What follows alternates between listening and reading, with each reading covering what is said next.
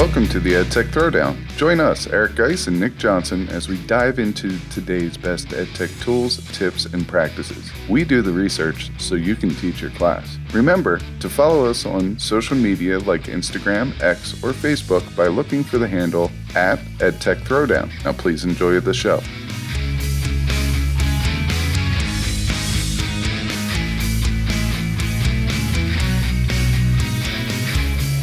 Welcome to the EdTech Throwdown. This is episode 180 called EdTech Hot Topics, Tech Tools and Resources Heading into 2025. In this episode, we'll wrap up the year 2024 by taking a look at what is hot in EdTech right now as we start a new year. We'll also share some of the tools and resources that we're most excited about for 2025. This is another episode you don't want to miss. Check it out.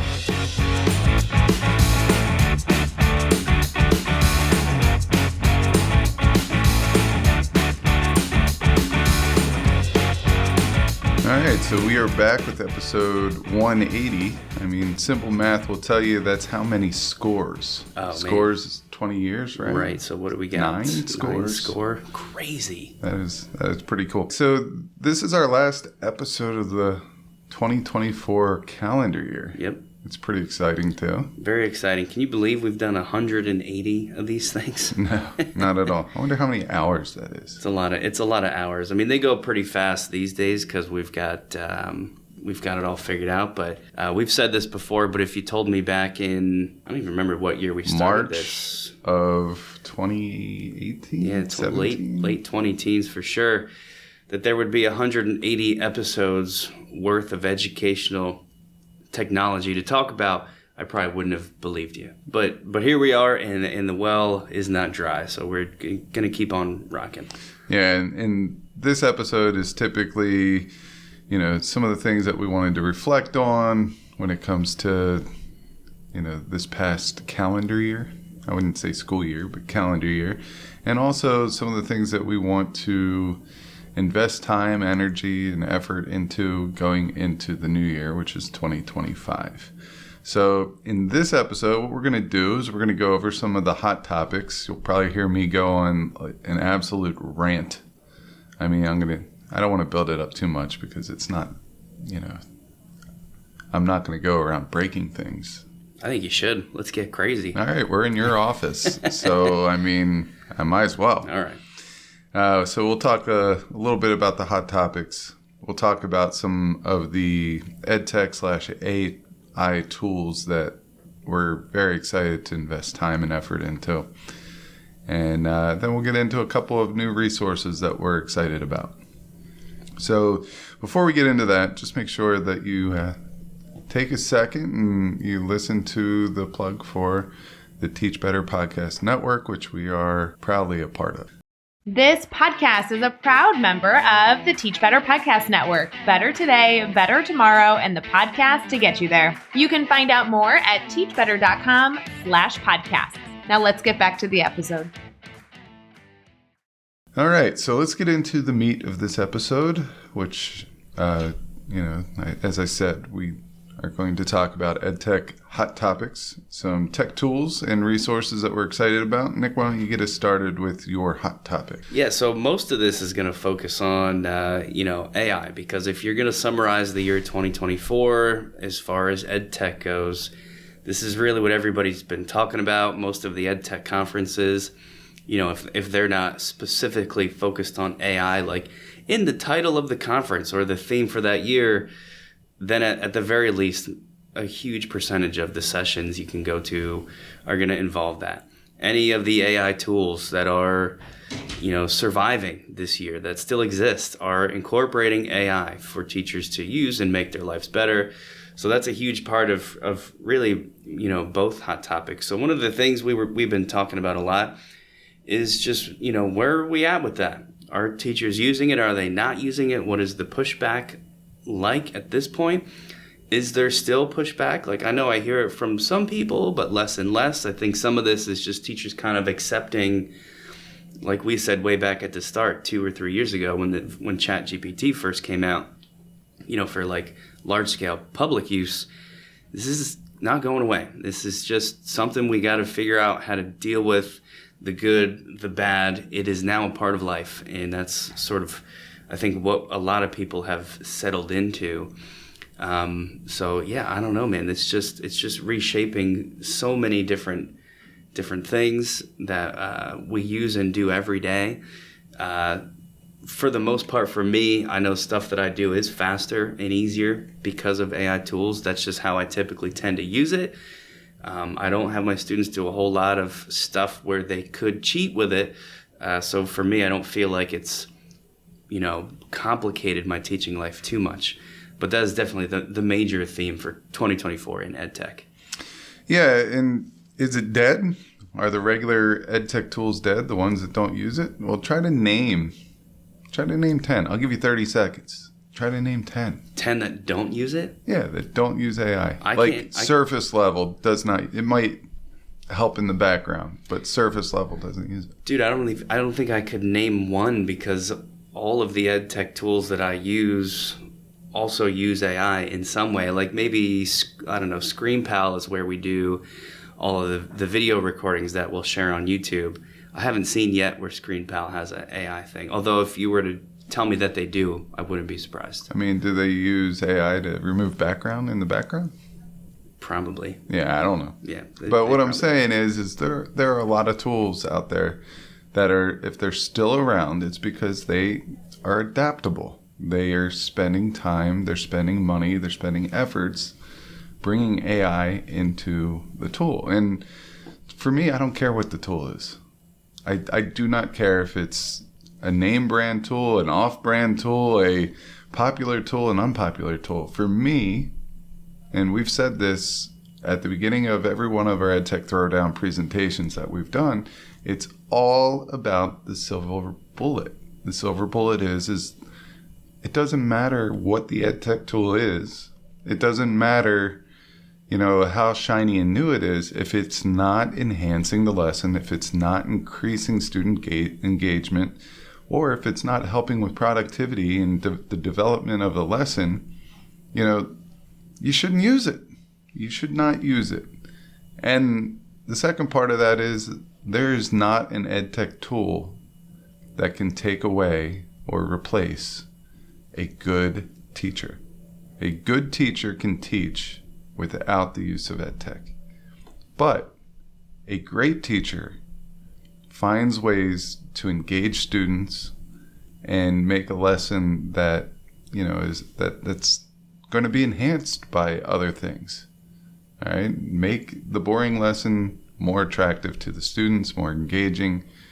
So my answer to this is yes, the EdTech tools that aren't continuing to enhance lessons and they aren't continuing to engage student interests and things like that and aren't adaptable, they will be the dinosaurs of EdTech, and we will put more of those into the graveyard. Not to sound all, Debbie Downer or anything like that. No, I get what you're saying, but there's got to be some aspect of educational technology where AI doesn't need to be there. And I'm trying to go through on my head, first thing I thought of was the snipping tool. Yeah, like snipping tool. But that you're talking images, right? Yeah. So you mentioned remove background. Enhance the image. Yeah, a lot of that stuff is done through AI. That's but right. What I guess I'm trying to get at here is, if there's some type of functionality that tool fits, it will survive until something better comes along or something incorporates it in the background to make it easier, quicker, faster for the student or for the teacher.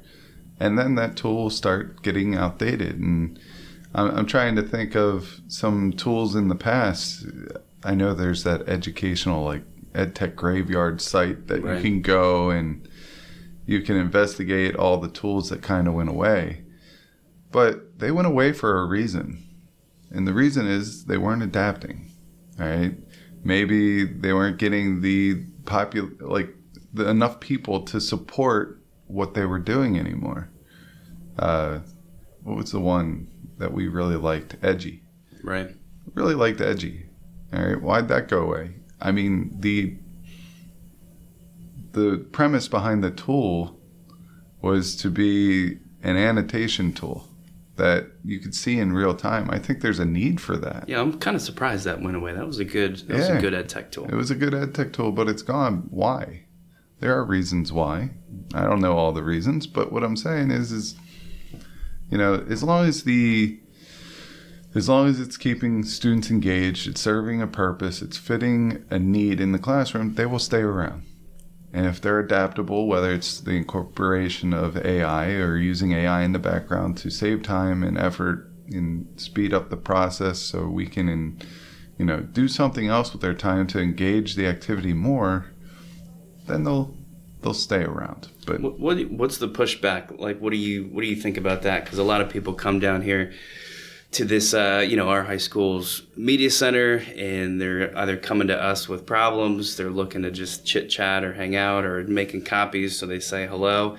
Are you still seeing the same level of, I don't want to keep using the word pushback, but like complaints? Like, is it mostly complaints? Are people still just mostly annoyed that students have a new way to cheat that's harder to find? Or have you started to see people accepting it more? I mean, there are people that definitely are scared of AI being part of our students' educational journey. Yeah. I think that a lot of that, newness of AI is kind of rubbed off. So I'm not seeing or hearing about it as much, but we have also put in, precautions to avoid the opportunity of this being able. And that's kind of going to lead us into mine, which is the whole cheating with AI thing. I'm going to have like a little soapbox Jake Miller moment here, but it's more of a rant. My thing is when the internet came around and Wikipedia was there, that was the big to-do. Everyone was mad about that. Everyone was complaining about that. They were afraid that everyone was just going to copy and paste and cheat and things like that. But we introduced at that time a works cited that you had to state your source, provide the URL as a part of that works cited and stuff like that. But I don't feel like we're doing the same thing for AI. I don't understand it. So my thing is, when people used Wikipedia or other sources, we had to be transparent. Why aren't we asking students to be transparent now with AI? All right, so what I would like to do is I would like to propose like an AI works cited almost. Couple of easy steps. All right, the first thing is if you used AI, you must do the following. All right, and I don't need a big, format thing here. But if you used AI to help with your research paper, you put the tool that you used, when you used it. So I did this for pre-writing. It helped me with my pre-writing. What is the prompt you use? I copy and paste that in. What is the output that tool came up with? I copy and paste that in. And that's it. At the end, when they hand in their final product, you have your final product on top. You have your works cited for any resources that you use, those traditional databases and things like that, websites. And then underneath that, you have an AI protocol or AI works cited or whatever you want. And you say, you have to provide me with these, 4 pieces of information. What did you use the AI for? What was the AI tool? What was the prompt that you put in? What was the output? That way the teacher can go see, all right, the output is this, which is the exact same thing that's in these 3 paragraphs. No changes were made. The communication's there. The transparency's there. That way, if at the end you go in and you put that paper through Turnitin's AI checker or one of the other AI checkers, well, now it says it's 99% likely that most of it is AI generated. Well, guess what? Now you can go back and see what the outputs were, and if it's not matching up, you have a greater means for conversation. You have a little bit of evidence there. Hey, I know that you used AI, or you didn't tell me you used any AI. This is definitely, AI generated. And that gray area becomes a little less gray. Becomes more black and white. Yeah, and you can usually spot this. We had a student using it to plan, their podcast episode earlier this year, and it was very obvious. You know what I mean? It was you can tell the AI generated text almost always, just because of how, I don't know, how bland it is, at least if you're giving it a bland prompt, which clearly this student was. You get bland stuff. It's very, formulaic. It's like introduction, explanation, and closing, right? Like it does not have the element of human creativity. It doesn't have the imperfection you would expect from a 9th grader planning a podcast episode.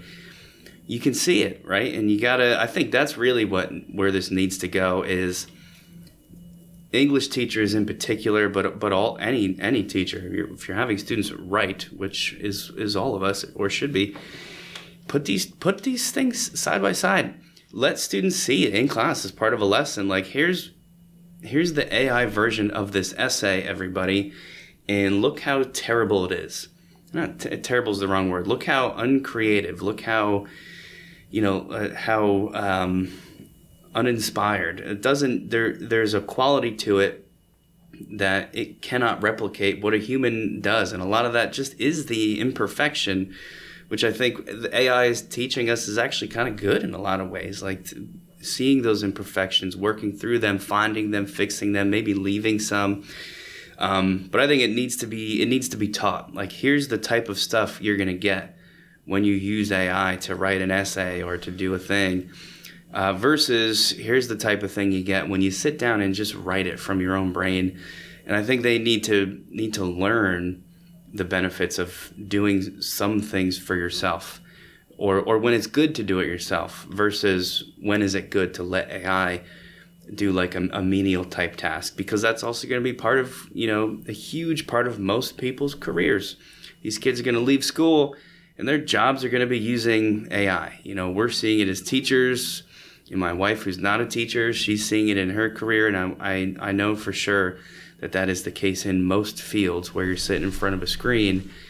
So like, this needs to be part of education. And that's just the switch that I hope takes place when it comes to AI pushback. Like, yeah, okay, kids can cheat in another way now, but also we need to be teaching them when it's good, when it's not good, how to report it honestly, like you were saying with with your AI works cited page, which is a great idea, by the way.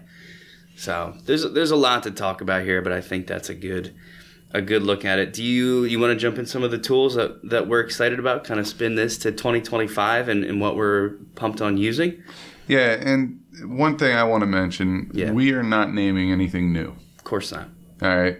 We kind of covered these a little bit. I think all of them were in our videos for the EdTech Advent Calendar, which I attached a list of all the videos, hyperlinked to the videos to this episode. But all 4 of these, if you want to go look at more, or you want to go see what we're talking about, hop over to those videos. My first one is Snorkel. I am super excited about this tool. I have now used it in 3 different classrooms for 3 different purposes across 3 different content areas, and it hasn't let me down yet.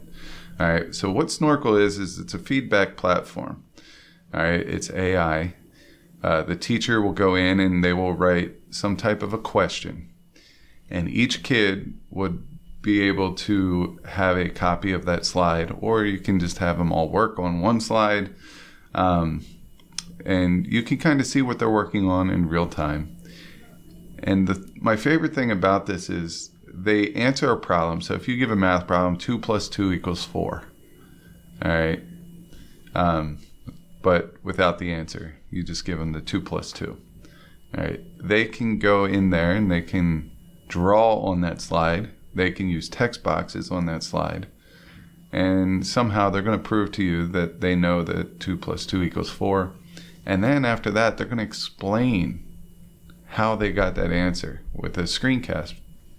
All right, so it captures the audio as it's showing the screen there, that slide. And then what the program's going to do after they submit, it's going to give the student near instant feedback. All right. It's going to say, hey, you said 2 + 2 = 5. You set up the equation the right way, but your answer is not right. I think you need to go back and you need to look at your answer.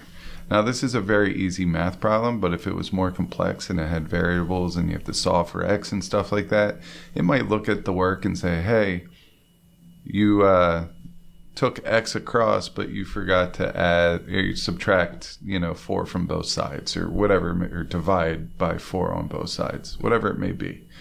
All right, so it will give that instant feedback to the student. They can go redo the answer, and you can tell them that they have to redo it until they get a 4 out of 4 on it. All right, and then from the teacher side, what it's going to do is you'll be able to toggle through all the students. You'll be able to see every one of their boards. You'll be able to see their feedback. And then it's going to clump everybody together in different categories. This group got a 4 out of 4. They know what they're doing. Okay, so maybe what you do is say, hey, these people go on to number 3, all right, which is an advanced challenge problem. The ones that got a 2 out of 4, maybe what they have to do is they have to go on to question 4, which is another practice problem to see if they learned, whatever misconception they struggled with. And then the ones that got 0 out of 4, maybe you're working with them as a small group with the teacher, going over examples, trying to give them different explanations of why you're doing certain things. And it's a great way to identify these misconceptions. All right, so I like it from both sides. The working through creating a problem with the teacher, you could just put in a prompt and it will make a problem for you if you want, or you could put in your own problem and then it's going to give you the answer to it and how to get to that. And you can edit any of that process that you want. So if there's a math problem which there's a shortcut or a hidden trick to, for example, when chemistry teachers do valence electrons, there's a trick using the periodic table that you could use. If you want that to be part of your feedback and part of the question, you can edit that in and you can put that there, and it's going to give the same type of feedback as it would if it created the content. But Snorkel is one that you definitely want to check out. And I think that you could get away with the freemium version just to see if it's your cup of tea. And then after that, it's relatively inexpensive for what it does. So I would strongly investigate Snorkel. Same thing with the tool I'm going to bring up. You can get away with the free version of something called Padlet Sandbox. I'll keep it short because we've talked about it recently. We've got a great YouTube video on our channel there, the EdTech Throwdown, if you want to see it in action. But honestly, it's so simple. Just go sign up, get your free Padlet Sandbox. Really, it's a Padlet account, but one of the things you can make now is called a Sandbox, and it's the Jamboard replacer for all of the Jamboard users. And there's a ton of people that liked that tool for its simplicity, its collaborative nature, how you didn't have to teach anyone anything for how to use it. Padlet Sandbox is that, except just sort of with the volume turned up, because you can do a lot more. You can insert videos and audio and pictures and links and Google Docs, and it can be a flip replacer because of that video aspect. And it's just so easy, it's so user friendly that it's going to be a major EdTech tool for me in the coming years. If I just to get kids out of their seats doing something that's not the same worksheet, post a problem, each group gets a slide, they record a video, we come back together, I project all those videos and I click play so we get a snapshot of how each group would solve this problem. All the groups have the same approach. They've got the correct answer. Okay, we move on.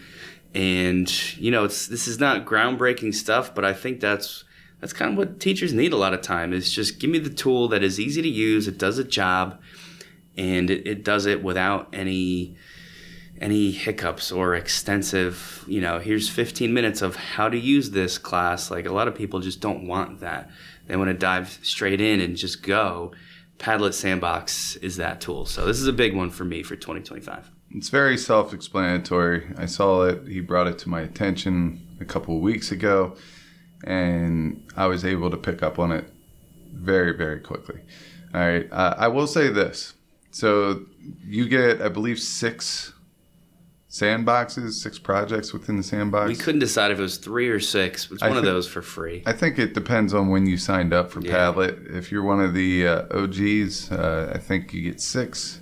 If you're one of the new ones, we're not 100% sure on that. But either way, you get free ones.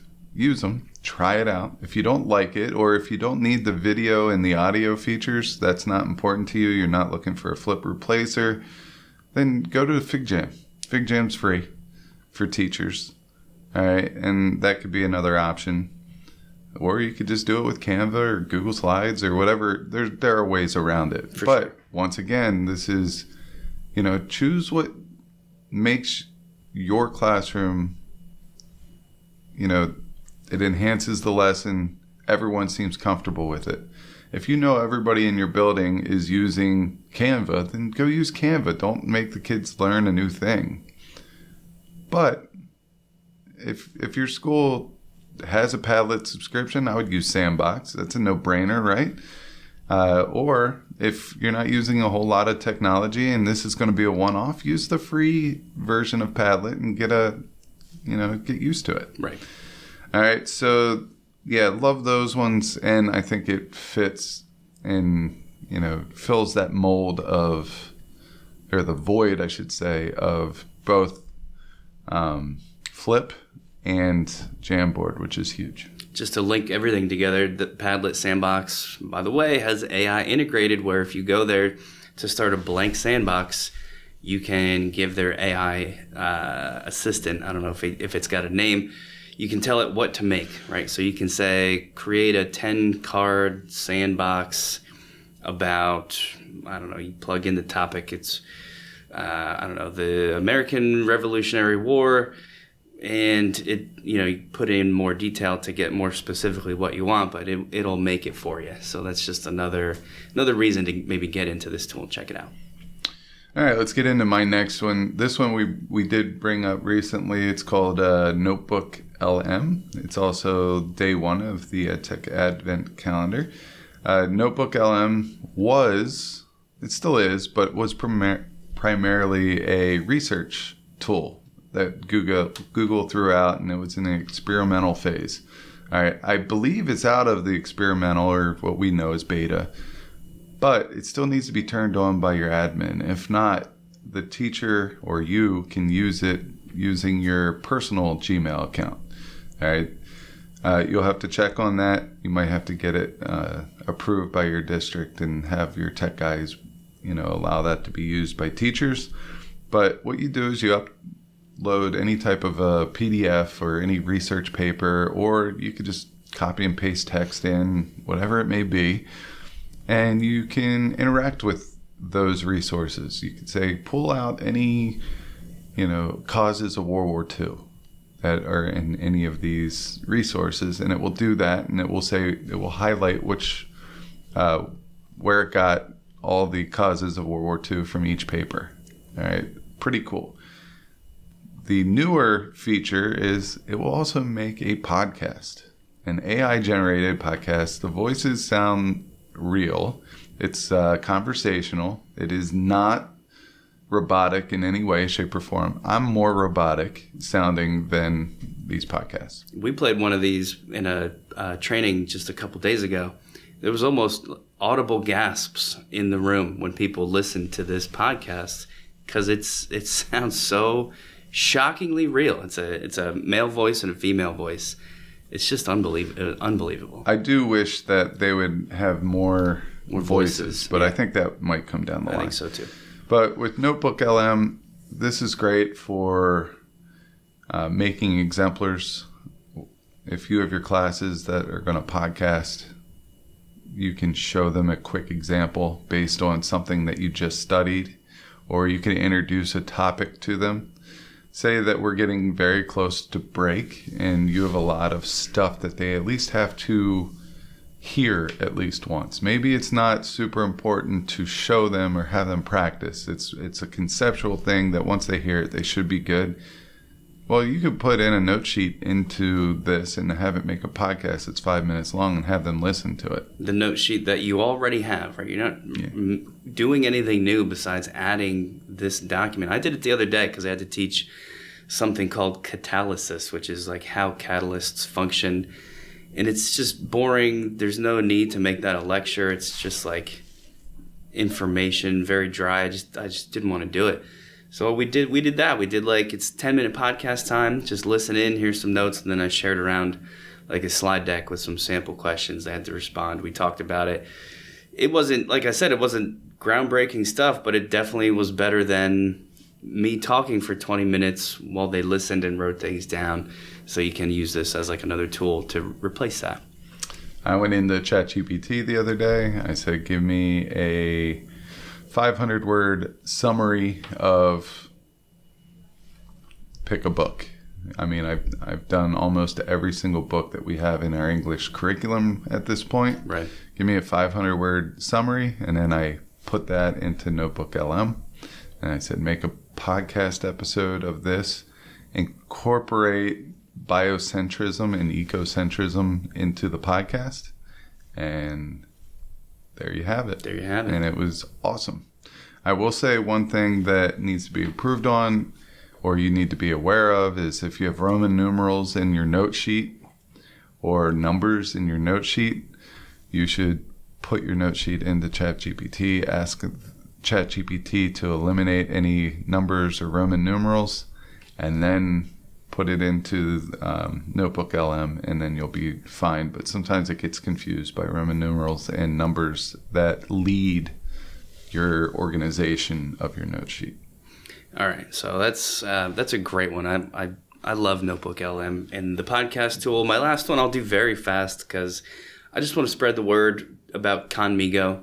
Most people are, dying to get into magic school. They're trying to get their supervisors, district, whatever, to pay for magic school, so you're not limited to, whatever limits there are with the free version. Conmigo's free, and they pledge free for educators. I don't think it has everything Magic School does, but it's got most, and I know it just saves me a ton of time for a lot of stuff I have to do, like writing letters, recommendation letters, and whatever these, kind of tasks are that it might eat up 30 minutes to an hour of your time to do it yourself, but there's a lot of tools out there that can do it for you. Conmigo is just a really solid free one, and it's from Khan Academy, so this is not like some small company. It's not going anywhere. Khan Academy's been a thing. It's going to stay a thing, and I think Conmigo is going to continue to expand, so the more teachers know about that, the better for me. Yeah, Conmigo also has options for students getting the tool as a tutor, and also for parents to get the tool to kind of help them help their kid as well. So check out Conmigo. Big fan of them. Let's get into, we'll make this pretty quick, but the EdTech resources that we want to bring up. So we have a podcast buddy, friend of the show. We've always been friends of her shows. She's been on many. But Steph Howe has a new podcast. It's called Steph and Joe on the Go, and I'm pretty sure their intro music is from a tool that we mentioned before, Suno AI, and I think they have their opening audio is a song that is generated, and it's about Steph and Joe on the go. So I think they record in the morning. Joe's probably out walking. Steph has probably been up already for about 12 hours and has her 10,000 push-ups done. She's probably working on her set of squats or something like that. But, what they bring to you is just, I sounded like Brian Carpenter right there. Steph and Joe on the go, what they brought to us today. Awesome. What's up, Brian? But Steph and Joe, what they do is they go through some EdTech coaching really on this podcast. That's what I've heard. It's 6 or 7 episodes in. They'll talk about different EdTech topics such as the coaching cycle or the coaching wheel or the EdTech coaching strategy, how they work with teachers. They've talked about some EdTech tools and how they've been pushed out to implementation, things like that, integration. But you should check out Steph and Joe on the go.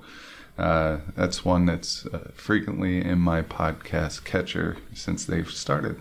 Yeah, you can't go wrong with either of those two. And it sounds like a great one. And I'll wrap it up officially with reminding everybody that Canva, our favorite graphic design, presentation, whiteboard space, you name it tool, has pre-packaged lessons, more than 1,000 right now, and that number is growing all the time, that are ready to teach lessons that you can share with your students, and they just work through a series of, tasks that are already in there, and they're just so cool. And the few that I've looked at are really good. I know for sure I'm going to use some of these in the class we teach that's called World Ready Technology 2, which is sort of like so hard to describe, like a social media class, right? They've got all kinds of pre-packaged stuff ready to go that will teach students how to do, how to make thing X, and it has the different skills, and they try them and submit them as they go. And there's content-based stuff too. I'm looking at one now that's called Renewable and Non-Renewable Resources, Structure of DNA. Just all these things that you might spend a bunch of time making are there to just kind of use. Mitosis versus meiosis. I'm trying to read some out so you guys know what's there. Calculating probability in statistics, using symbols, qualitative versus quantitative data. I'm sticking to math and science because those are the subjects that would be most likely to stay away from Canva, but I'm trying to say it's all in there, man. Also, as a teacher, you can make these lessons and submit them to this community. So you can be part of, the creators doing these things, which I think is super cool. Just something else I'm trying to spread the word on, and something else that I'm trying to use myself. And I will certainly be doing that through 2025. Unless you interrupt me right now with something else, I'm going to close out this episode 180. As always, thank you for listening.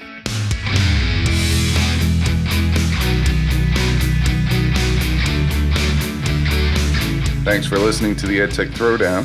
Do us a couple of favors. Subscribe to our podcast on any major podcast catcher such as Apple, Spotify, Amazon Podcasts, and Stitcher. Go over to YouTube, search the EdTech Throwdown, subscribe to the channel. You can connect with us on Twitter, Facebook, and Instagram. The show's handle is EdTech Throwdown. You can connect with Guise at Guise.tech, Nick at Nick.tech. You can write us an Apple Podcast review. You can tell your friends about www.edtechthrowdown.com. And lastly, go over and check out our friends over at the Teach Better Podcast Network, a network that we are so proudly involved with. Until next time, remember, go try some EdTech because we will do the research so you can teach your class.